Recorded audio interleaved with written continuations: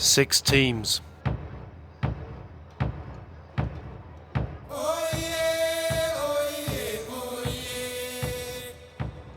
One common goal: to win the world's oldest international sporting trophy.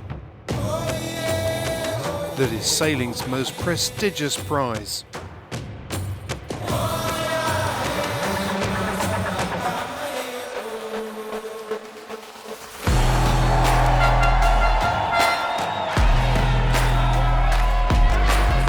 Welcome to the 37th America's Cup.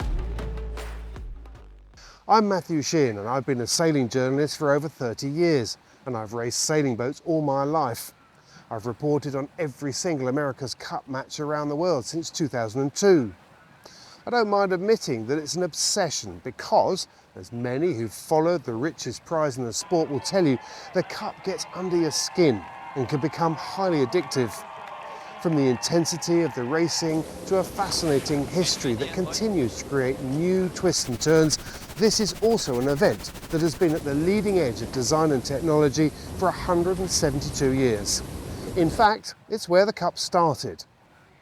Between now and the 37th America's Cup match in October 2024, we'll be producing regular features about the richest prize in sailing. We'll look at why it's become a fixation for those that have tried to win it, how it works, why it's so revered, and how this generation of teams are trying to win it. So join us on the road to the 37th America's Cup. The America's Cup is the oldest international sporting trophy. It's competed for in the most advanced sailing yachts in the world. And it's the trophy that everyone wants to win. Yet in 172 years, few have ever succeeded. In fact, it was 132 years before a team other than the Americans won it. And in terms of time, this still represents the longest winning streak in sporting history. It's been competed for 36 times so far. And despite history suggesting that the odds are stacked against them, there's no shortage of teams that are prepared to spend many millions trying to win it. And this time around, the America's Cup cycle starts here in Vilanova, a la Geltrú in southern Spain, in a radical new flying 40-footer, the AC-40. Capable of top speeds of over 90 kilometers an hour, this is the fastest single-hulled one-design class in the world. But the AC-40 is so new that no one knows what's really possible when they're put under real racing pressure.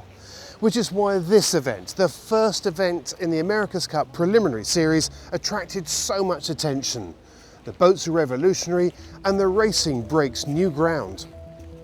The match for the Cup itself takes place in Barcelona in October 2024, in a series of 2-boat races between the current Cup holders, Emirates Team New Zealand, and the most successful challenger. That challenger will be selected from one of 5 teams that have entered. Ineos Britannia from Great Britain, Luna Rossa Prada Pirelli from Italy, New York Yacht Club American Magic from the USA, Alinghi Red Bull Racing from Switzerland, and Orient Express Racing Team from France. Over the next 11 months, these teams will prepare for a series in August 2024, where the winning team will take on the New Zealanders in Barcelona.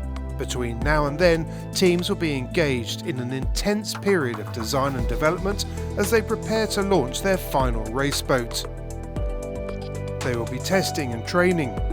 They will also be locking horns with their opponents in a number of preliminary regattas, the first of which is here in Vilanova. But just as the road to the America's Cup is sometimes complex, so too was the weather for the first event. The event schedule had been for 8 fleet races to take place over 3 days, with the top 2 boats going into a match race final. Thunder, lightning and torrential rain on the opening day meant that racing had to be abandoned before it had even started. But day 2 was a very different affair. The sun was out, the breeze was in and the spectator fleet had arrived. The big question now was whether the wind would hold for the 4 races that were scheduled.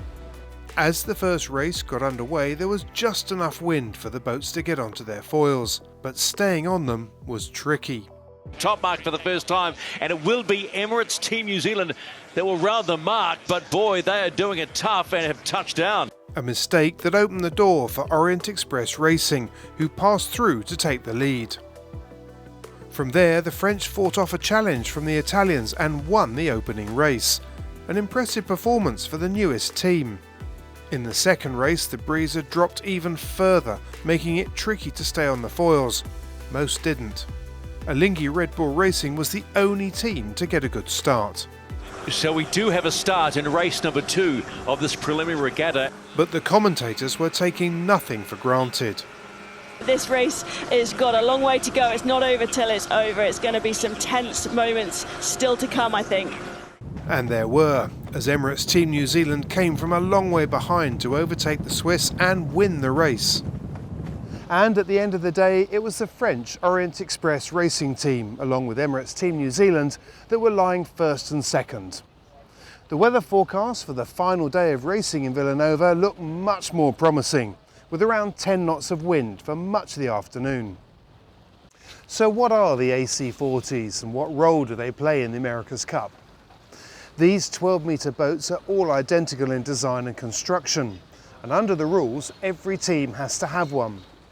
These are very advanced boats that are extremely quick, capable of speeds of close to 100 kilometres an hour.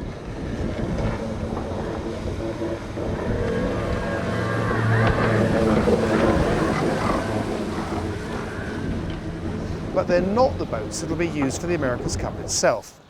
When it happens next year, the Cup will be raced for in custom-built 75-foot boats.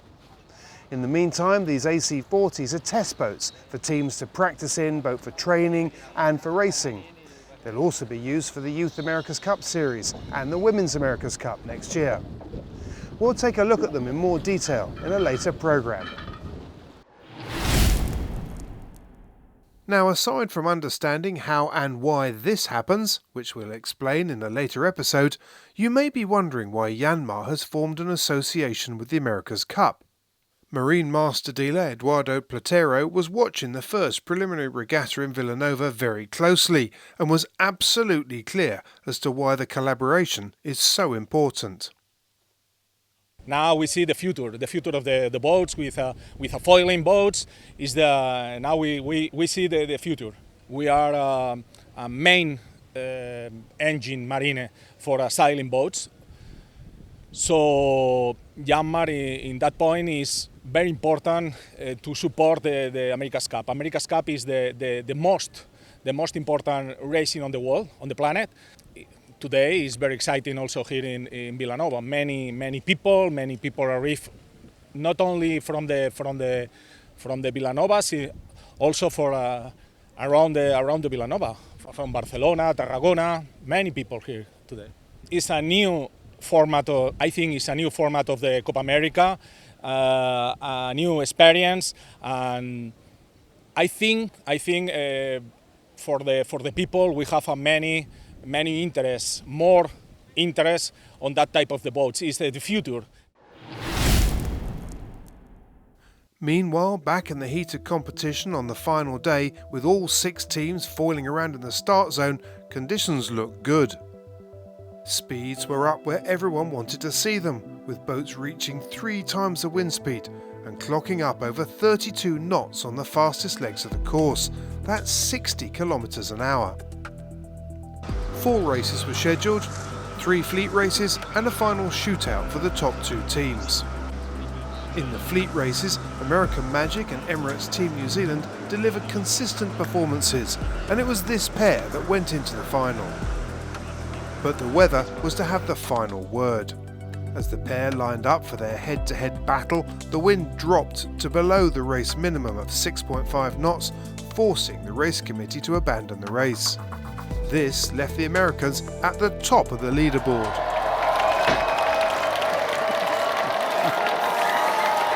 Well, there we have it. American Magic win the first preliminary regatta of the 37th America's Cup.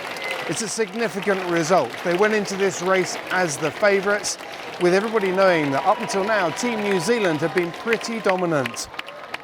But we are also on our way to the 37th America's Cup.